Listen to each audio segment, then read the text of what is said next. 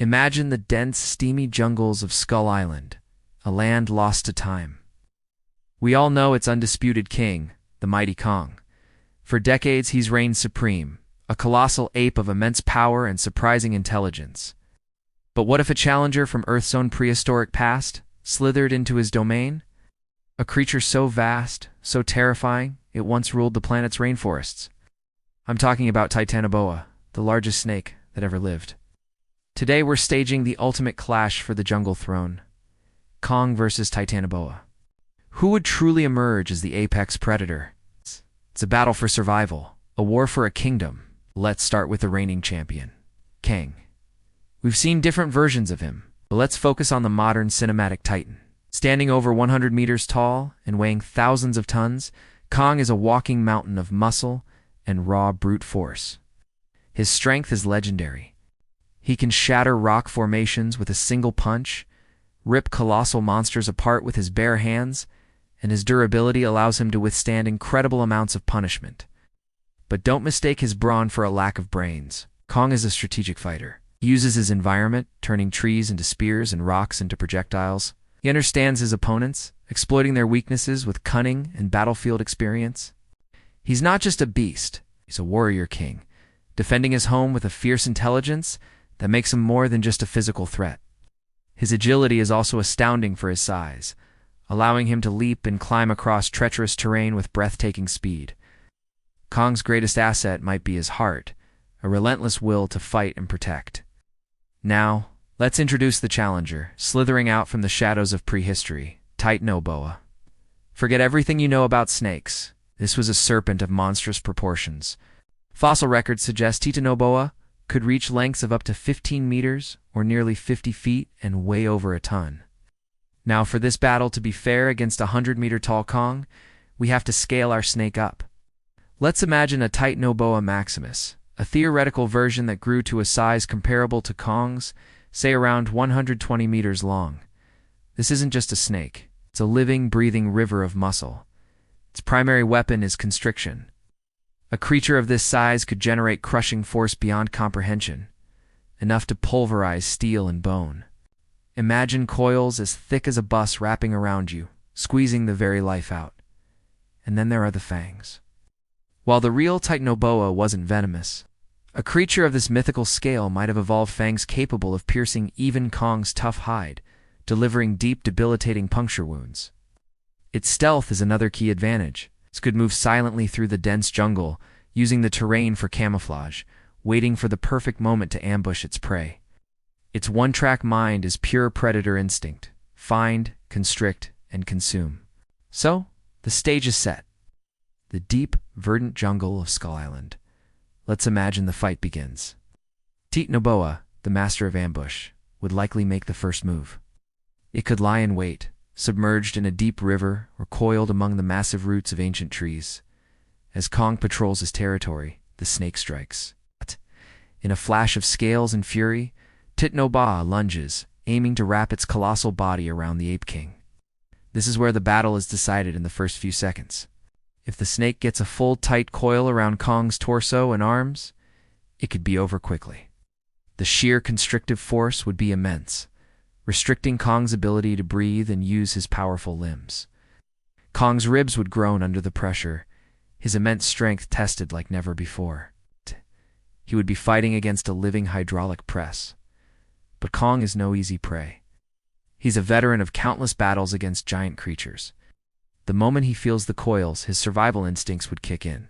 His first priority would be to prevent the snake from getting a complete wrap. He would use his immense strength to push back, trying to create space. This is where his intelligence comes into play. While one arm is pinned, he might use his free hand to grab the snake's head. He knows that the head is the control center. He could try to smash it against rocks or trees, or even attempt to pry its jaws open. This is incredibly risky.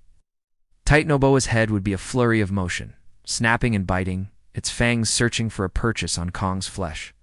A bite to the arm or shoulder could be devastating, not from venom, but from the sheer trauma and blood loss. Let's say Kong manages to keep the snake from getting a fatal grip. The struggle would be a brutal tug-of-war. Kang, with his powerful primate grip, would try to uncoil the serpent, while Titanoboa would use its entire body length to anchor itself and tighten its hold. We could see them rolling through the jungle, crushing everything in their path. Kong might try to drag the fight to a more advantageous location, like a cliff edge or a field of sharp rocks, hoping to use the environment to impale or damage the snake. He could grab Titanoboa's tail and swing it around, using its own body as a weapon against itself, smashing it into the landscape. This would require every ounce of his strength, as swinging a creature of that mass would be a Herculean task. However, Titanoboa has its own strategy. It's not just about brute force constriction. It could use its coils to trip Kong to throw him off balance. An off-balance Kong is a vulnerable Kong. If it can topple the great ape, it can gain a dominant position, allowing it to apply pressure more effectively. The snake's body is also a massive, durable shield of muscle and scales, capable of absorbing a lot of blunt force trauma. Kong's punches would hurt, yes, but they might not be immediately decisive unless he can land clean, repeated shots to the head. The snake's sinuous body makes it a difficult target to pin down. It's a constantly moving, writhing weapon. So let's analyze the winning conditions for each. For Titanoboa to win, it needs to execute a successful ambush and apply full constriction quickly. It needs to neutralize Kang's powerful arms and crush him before he can effectively fight back or use his intellect to change the battlefield. It's a strategy of overwhelming force and speed. For Kong to win, he needs to survive that initial ambush. He must use his intelligence and raw power to prevent the full coil. His path to victory involves creating distance, using his mobility, targeting the snake's most vulnerable area, its head. He can't win a pure grappling match if he's fully entangled. He has to turn it into a brawl, using his fists, his teeth, and the environment as weapons. So who wins? After analyzing both titans, I have to give the edge to the King Kong. Here's why. While Titanoboa's ambush and constriction are terrifyingly effective, Kong's combination of sheer strength, surprising agility, and, most importantly, his primate intelligence and tool use gives him more ways to win. A snake, even a giant one, is a creature of instinct.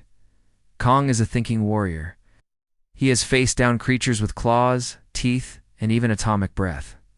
He has experience fighting opponents larger and stranger than himself. He would recognize the danger of constriction and immediately focus on breaking the hold or attacking the head. He could use his powerful jaws to bite down on the snake's body, or use a massive rock or sharpened tree to inflict a fatal blow. Titanoboa has one primary mode of attack. Kong has a whole arsenal. The snake's best shot is its first one. If it fails, the tide turns dramatically in Kong's favor. In the brutal, unforgiving world of Skull Island, intelligence and adaptability are the ultimate weapons.